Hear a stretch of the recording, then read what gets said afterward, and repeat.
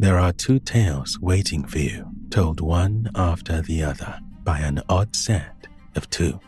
So prepare yourself, dear one, because this is Drops of Darkness. Hello, I'm Anodyne Vaughn, and welcome to the show, and the second of our 2 compilation episodes. This week you're getting a selection of our favorite true stories, carefully curated and narrated by my co-host, Cameron Helkuik.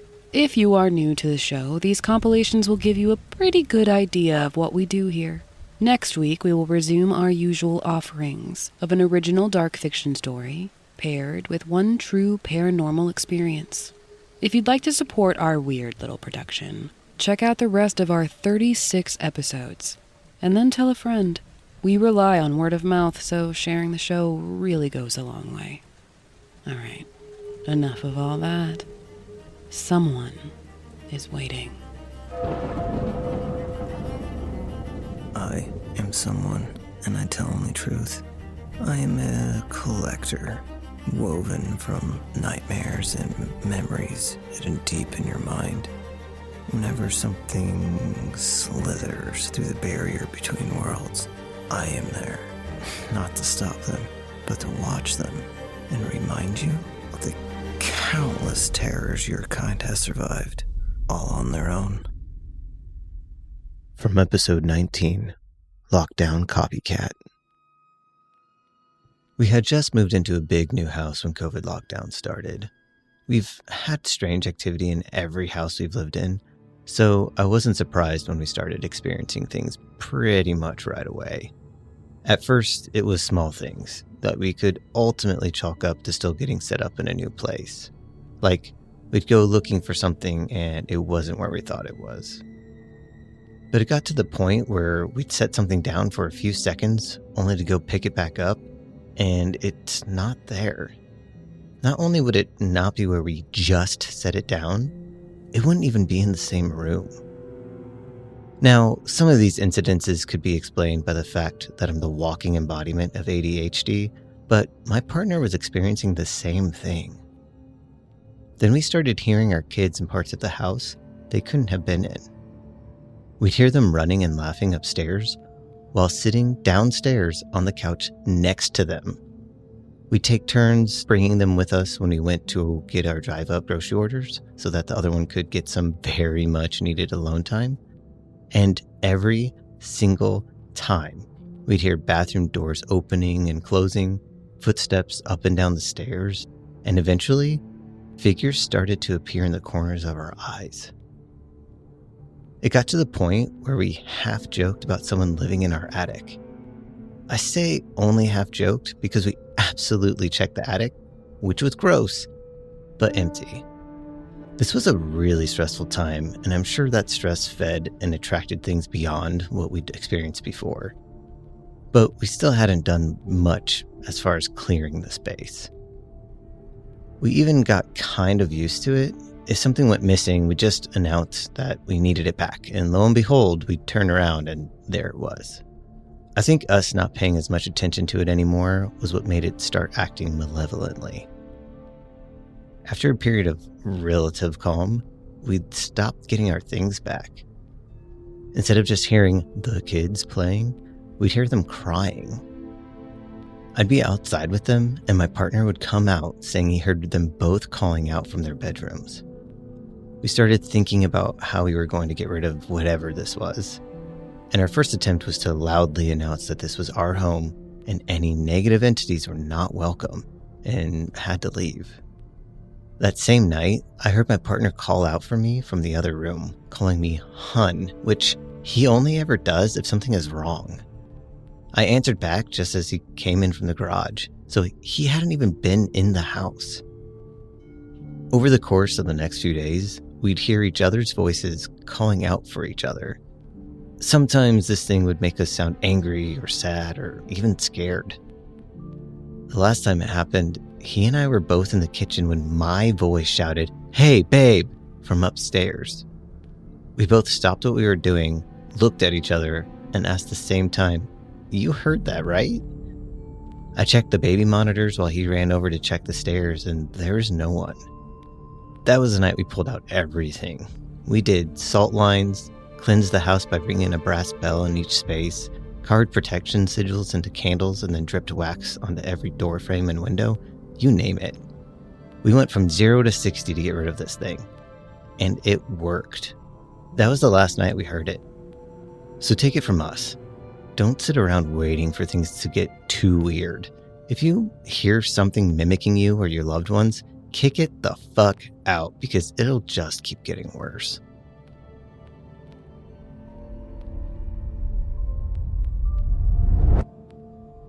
From episode 30, The Gisha Lamps. This story was submitted by As Above So Below 75, whose Reddit handle is listed in the episode's description. Back in the day, my parents had an authentic Japanese motif for their bedroom. My mom was an interior designer and spent all of her free time antiquing for different pieces, as she called them. I remember a huge Buddha statue made from solid brass at the foot of their bed and a silk room divider depicting different scenes from an ancient Japanese dynasty. There's a lot more to it all that I'm not remembering because I was very young at the time. At some point, my mother came home with 2 beautiful antique lamps that came straight from Japan through a client of hers. The lamps were carved and painted porcelain, and like the room divider, they depicted scenes from a long ago, simpler time in Japan. The main design on the lamps was a geisha woman holding a fan partially obscuring her face. Each lamp had one, but each geisha was slightly different. They were very delicate, highly detailed, and very beautiful. My sister, who was also very young at the time, dubbed them the Sisters. This story actually centers around my sister, who we'll call Elle. One night, our parents went out to dinner with friends, so they called in our babysitter, Doris. At the time, the TV channels in our den were restricted, but our parents got all the cable channels in their bedroom, so we all would hang out there when they weren't home. This particular night, we were all watching something rated R and scary, and it got late, so my brother and I went to our bedrooms. My sister stayed up with Doris to watch the rest of the movie. My sister said Doris was dozing off and she was left to watch the scary movie by herself. Trying not to look at the screen during a particularly scary part, Elle looked towards one of the lamps on the nightstand. Glancing at it quickly, she said it looked like something on the lamp moved. Staring at it now, she swore something was moving on both lamps. She couldn't believe what she was seeing. She said the geisha on the lamps were moving and fluttering their fans while whispering and giggling at her and to each other. Petrified in total disbelief, Elle screamed and woke the babysitter. Doris was awakened, I'm sure, thinking the house was on fire. My sister pointed to the lamps. Doris, still a bit disoriented, for just a second, saw the geisha move their fans back into position and freeze. She calmed my sister down by telling her it was only her imagination, and eventually, Elle fell asleep. After putting my sister to bed, Doris waited in the den for my parents to get home. She never mentioned anything about the lamps, but anytime my mother called her after that, she was busy and would never come to our house again. Years later, when I was already an adult, I ran into Doris. She asked me how everyone was doing and if we still lived there. I told her no, and that my mother had a fire shortly after we moved and lost almost everything. When I asked her why she never came back, she said, "You're not going to believe this, but the last night I was there, something really strange happened." She said that night, while she was the only one left awake, she kept hearing voices coming from my parents' room. She first thought my sister was pretending to sleep and pranking her. When she realized that Elle was fully asleep, she became truly afraid. She said the only thing that kept her from running out of the house and never looking back was her responsibility to my parents, adding that before my sister went to bed, she saw something that she would never forget. I said, "Was it the Japanese lamps?" She's like, no one would ever believe me, but I saw them move. I know what I saw, and Elle saw it too. This was many years ago, and I never saw Doris again. My brother had his own experiences with those lamps while we lived there.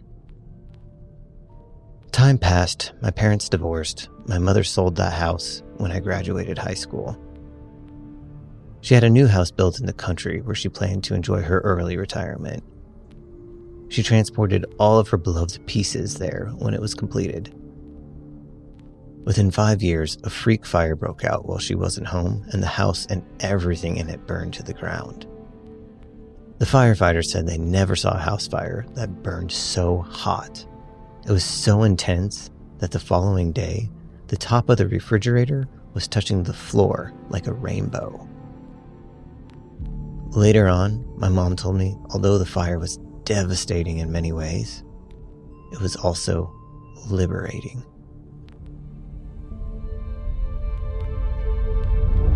Hello, everyone.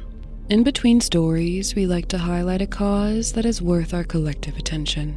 For May and Mental Health Awareness Month, we decided to highlight the National Alliance on Mental Illness.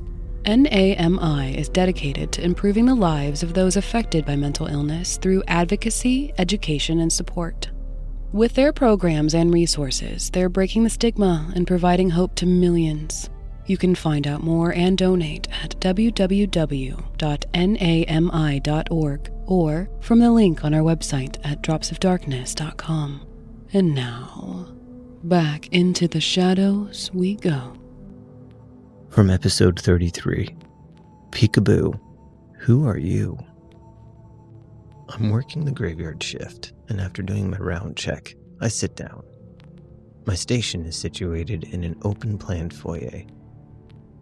The lounge to the front, the lift on my left, and the dining room to my right, with conjoining hallways connecting all areas with me at the center. So I have a really good 180 view if anything happens. A few minutes have passed and the lights go off one by one because they are motion censored. It's dark now, but I'm occupied with my K-drama. All of a sudden, the sound of the lifts ding and doors open. I can see the light flickering from the lift on and off, but no one exits. And from where I'm sitting, I can see the reflection of the inside from the glass wall across it. Empty. The lift then says, "Doors closing." I just continued with my K-drama series. The lights in the hallway never go off completely. It just dims. As odd as it seems, the lights appear to brighten then dim from one bulb to the next, coming down the hallway towards the open area where I am. Then stops and resumed to normal. At first, I thought the light bulb may be changing, but the pattern at which they brighten and dim seems very unusual. I took no notice and continued as I was. Later that night on the other side, the dining hall is dark, but the hallway connecting to the dining hall, from my view, the light is getting bright. It brightened coming towards the dining hall. It was hard not to notice. Then it stopped. I did investigate, but everything was normal. The lights were operational and nobody around. Or so I thought. I had a funny feeling, and a moment that gave me goosebumps. It stopped me in my tracks. I felt as if there was something down the hallway behind me, staring in my direction. Truly, I didn't want to turn around, but I did, and I saw a small thing, the height of a child, turn the corner into the connecting hallway. Needless to say, there shouldn't be any kids around on the premises. I power walked in this direction, turned the corner, and there was no one to be found. I walked back to my station, but turning all surrounding lights on before sitting, so I can feel assured that I'm okay. I just needed to feel like it's daytime for a little bit with all the lights on. Well, that didn't last long. Again, the room goes dark. I'm looking down at my phone, and in my peripheral vision to my right, I could sense something standing at least a few feet away from me. In the darkness, close enough that I'm starting to feel scared. My eyes turn, but my head is still facing down towards the screen of my phone. And then I hear, "Hi," whispered. I turned completely into its direction, and whatever it was, literally disappeared down the hallway faster than I could make it out, and faster than the light before it sensed my movement. Now, I'm feeling scared, trying to understand what had occurred. Something was there. It said, "Hi." But the light did not turn on until I stood up. Literally just seconds after I'm processing everything in my mind. At the corner of my table, a child's head peeks up, only revealing the top of its head and 2 eyes, and just stared at me. I can still see its big eyes, lifeless skin with short, curly, dark red, brown hair. I lost my cool. I took the emergency exit stairs down and ran to another floor where another colleague was. I explained everything to her. She looked at me and said, "You must be new. Your first time?" Now I won't go into details of what happened thereafter, but my colleagues explained that paranormal phenomenon happens on this premises all the time, and it always happens with newcomers, specifically between 11 p.m. to 3 a.m., like it was a normal thing as living.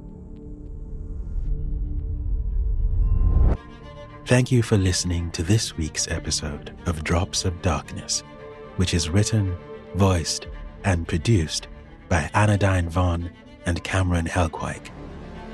If you enjoyed your drift into the shadows, help keep the stories alive by sharing the show, leaving a review, and if you really want to earn the favor of these dark storytellers, tether yourself to their world by tapping subscribe. If you have a true paranormal story of your own that you'd like to be read by someone, you can make the offering to submissions@dropsofdarkness.com or through the form on our website. Until next time, dear one, and remember, when the darkness looks your way, hold